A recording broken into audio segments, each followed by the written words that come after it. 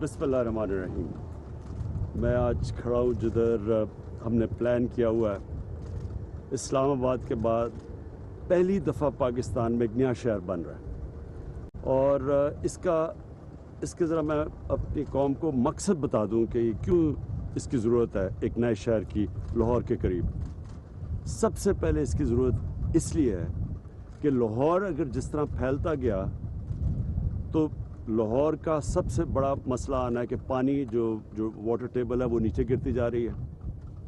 दूसरी चीज़ waste disposal, जिस तरह फैलता जाएगा हम वहाँ का जो सॉलिड वेस्ट है, जो गंदगी है, उसको हम सही तरह उठा नहीं सकते। अभी भी बड़े मसले हैं क्योंकि फैलता गया लाहौर। तीसरी चीज़ ये कि जो रावी का दरिया है वो बिल्कुल सुकड़ता जा रहा है और वो बन जाएगा एक सिर्फ सीवरेज का नाला।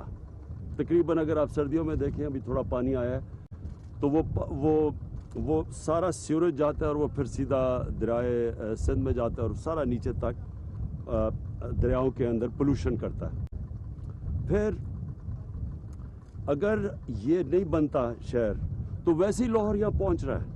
रास्ते में आप देखें घर पहुँचते जा रहे हैं, अनप्लैन्ड हाउसिंग सोसाइटी बनती जा रही हैं, प्लानिंग कोई है नहीं और उनके पास भी कोई सीवरेज का, कोई वाटर ट्रीटमेंट प्लांट्स का कोई कॉन्सेप्ट ही नहीं है, तो वैसे ही यहाँ पहुँच जाएगा।